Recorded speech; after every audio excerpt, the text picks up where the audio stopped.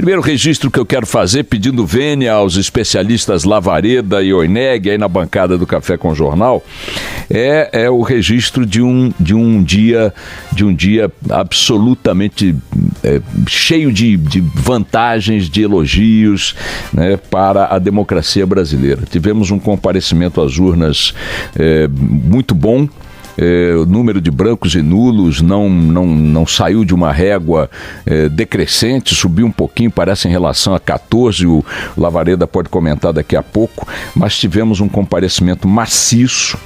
1.695 urnas precisaram ser substituídas por problemas diversos, mas num universo de mais de 500 mil urnas eletrônicas em todo o país, 0,33% das urnas apresentaram problemas, apenas 0,33% das urnas.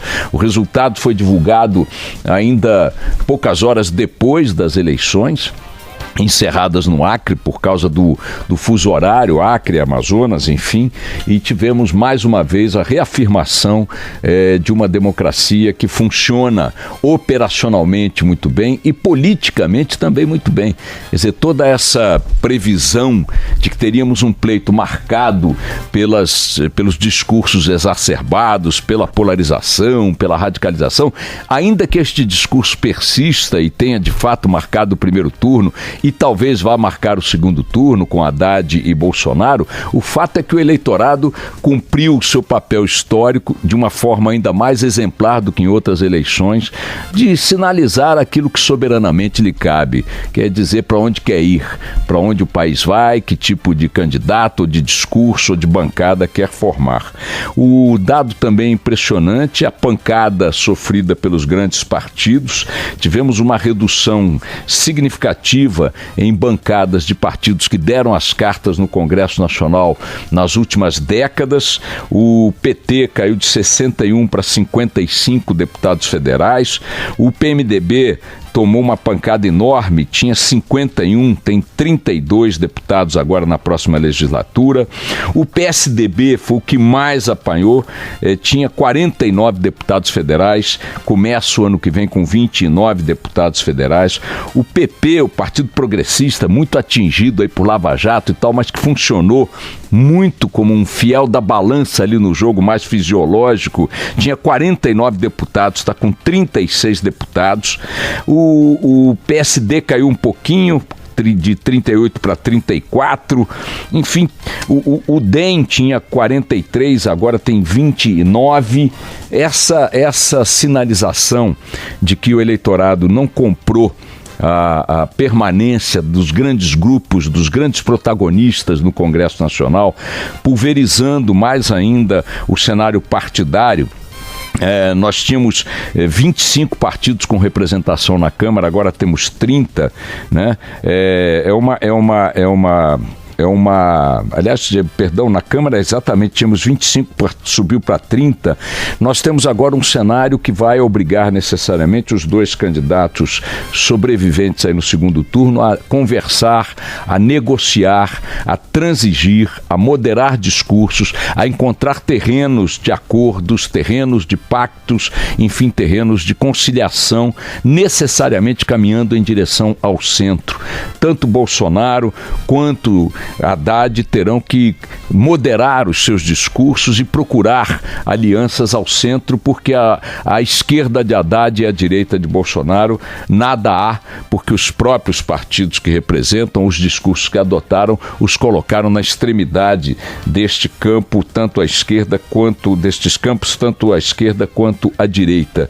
Eu gostaria de fazer alertar aqui, meu querido Lavareda, meu querido Oineg, para o artigo hoje do Vinícius Mota, na Folha de São Paulo, em que ele lembra que para cada 100 eleitores com ensino médio ou superior, hoje há menos de 50 com escolarização inferior.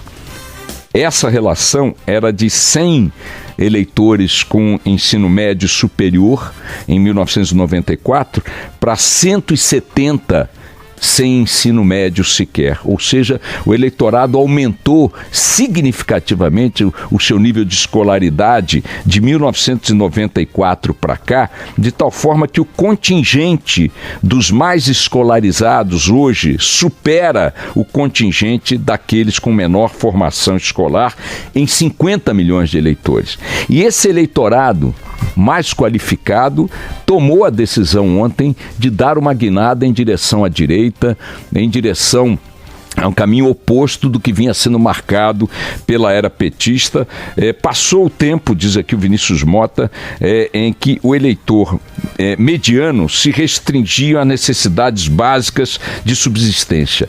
Cresceram na vida pública a opressão dos burocratas, a ineficiência dos serviços de governo, a insegurança nas cidades. Esses itens foram incorporados ao radar, ao cardápio de interesses imediatos da população.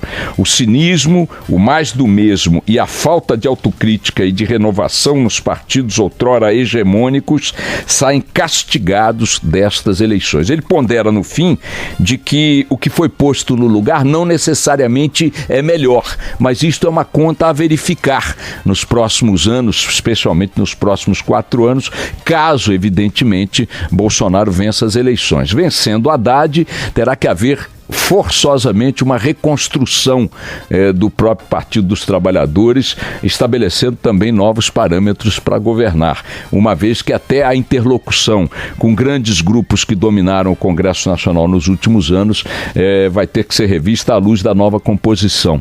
Também foram varridos do mapa figuras, pelo menos nesta eleição, figuras emblemáticas que também dominaram o cenário político e eleitoral em seus estados. No Maranhão, o clã Sarney e seus principais aliados tomaram uma coça memorável. Em Roraima, Romero Jucá, líder de governo, Fernando Henrique, Dilma, Temer, Lula, também não se elegeu.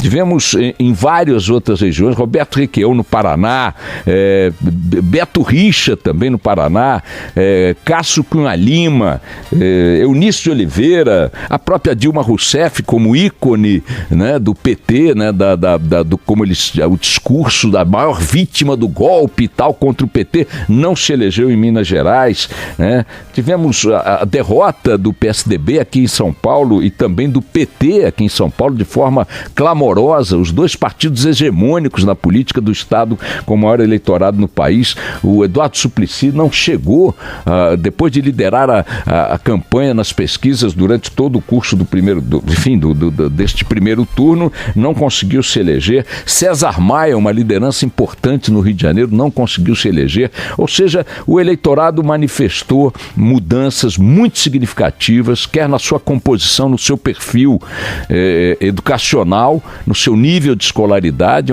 É um eleitorado hoje majoritariamente com ensino médio e superior, que coloca no horizonte outro tipo de discussão, outro padrão, outro nível de debate para as suas exigências. Repetindo aqui o Vinícius Mota, não significa que este caminhar para a direita nos dá um horizonte melhor do que o que tivemos no passado, mas também não garante que será pior. A esperar agora pelo segundo turno, com Haddad e Bolsonaro conduzindo suas orquestras, esperamos e acreditamos que no caminho de uma moderação por parte de ambos, né? Ontem o primeiro sinal dos dois foi um pouco nessa direção, não houve ali nada que sinalizasse um aumento de tom, pelo menos, no discurso que mantiveram na primeira fase da disputa presidencial. E é isso, minha gente, um país que reafirma a sua vontade de ser uma democracia, um país que tem um sistema eleitoral comprovadamente eficiente. Essa coisa de que aconteceu aqui, aconteceu ali, repito o número para análise de todo mundo, apenas 0,33% das urnas apresentaram algum problema operacional, fatos isolados encarcelados. O número de prisões pelo país também foi relevante, considerando o universo de 147 milhões de votantes. Foram acidentes ali de gente querendo fazer campanha, coisa que o valha. Irrelevante, a eleição transitou com absoluta tranquilidade e os observadores internacionais já reconheceram, tanto os derrotados também, quanto os observadores internacionais reconheceram a legitimidade de todo o processo. Esse é o grande dado que nós temos que tirar do dia de ontem.